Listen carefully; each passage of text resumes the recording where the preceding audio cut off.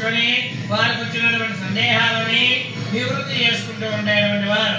అలాంటి సమయంలో ఒక శిష్యులు లేచి ఆ యొక్క గురువు గారిని ఇలా అడుగుతున్నారు, గురువుగారు రానున్న కలియుగం, ఈ యొక్క కలియుగంలో మానవ అనేక రకాలైనటువంటి కోరికలు ఉంటాయి.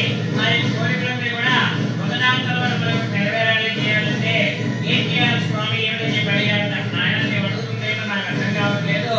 మానవులు ఉండడం ఏంటి, వాళ్ళ కోరికలు ఉండడం ఏంటి, అవి నెరవేరడానికి నేను ఉపాయం కలపడం ఏంటి, నీవు అడిగేది ఏదైనా కానీ సవివరంగా అడుగుతున్నాయన అంటే అందులో ఆ యొక్క శిష్యుడు ఇలా అడుగుతున్నాడు.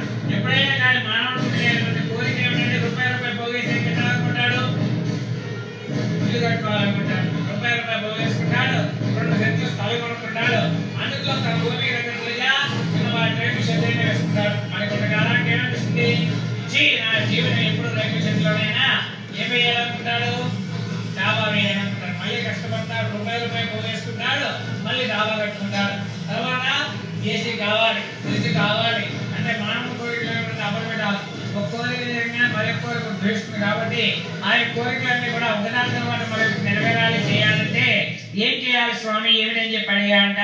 అప్పుడు ఆ యొక్క స్వామి వారు చెప్తున్నారు, నాయన ఎవరైతే కష్టాల్లో ఉన్నారో, ఎవరైతే బాధల్లో ఉన్నారో వారిని నా యొక్క వరత ఆ యొక్క శిష్యుడు ఇలా అడిగేసరికి అప్పుడు ఆ యొక్క గురువు గారు ఇలా ఉన్నారు, నాయన మంచి విషయాలు అడిగారు, ఇదేనని నీవు అడిగావని చెప్పి నేను చెప్తున్నాను కాదు.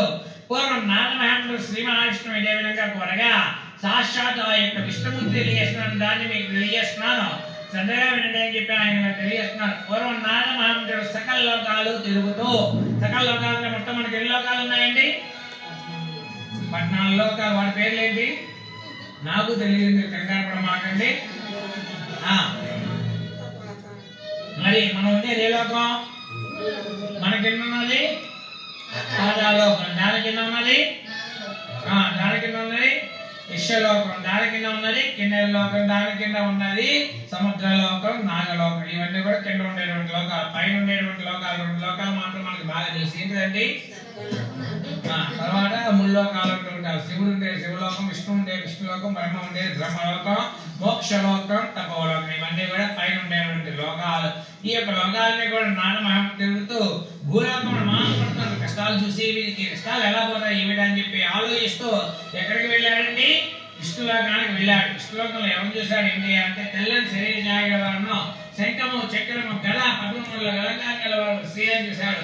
ఆ యొక్క హరి ఎలా ఉన్నాడు ఏంటి అంటే మనసుతో ఊహించడు కానీ వాక్కుతో వివరించడు కానీ అధీనమైన రూపం గలవాడా, ఆది మధ్యాహ్న సునాత్ముడైనటువంటి భక్తుల బాధలయో శ్రీమన్నారాయణ నీకు భక్తులు నమస్కరిస్తున్నారు. శ్రీహరి నారాయణ ఊరికే రావు పెద్దలు మేము అధిగమించాము, మేము ప్రార్థన వస్తున్నావు, ఈ పునరుద్ధరిస్తాను చెప్పాడు. అంటే ఏం చెప్పు స్వామి, గురువు మానవులు నారాయణ భక్తులు నానా కష్టాలు తీస్తున్నారు, వారికి కష్టాలు బాధపోవాలంటే ఏం చేయాలి స్వామి ఏంటంటే పడియాట.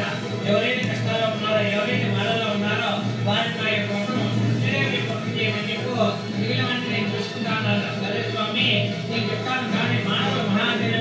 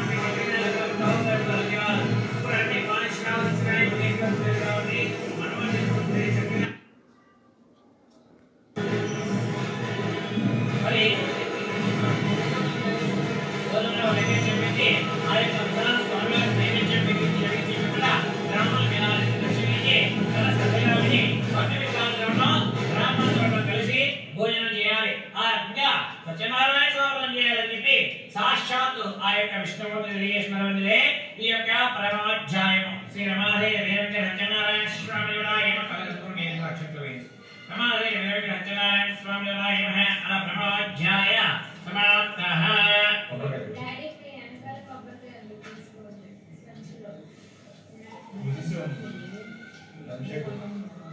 అమ్మా ఒక 5 దాడులు ఇచ్చేసి నిమిషాలు ఇచ్చేసి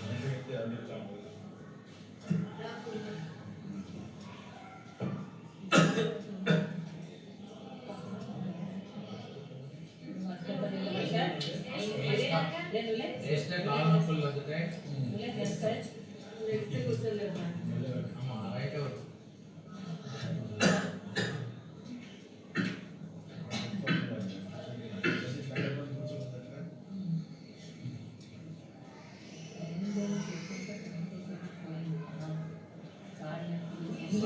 పళ్ళు వచ్చింది తర్వాత ఒళ్ళు వచ్చింది.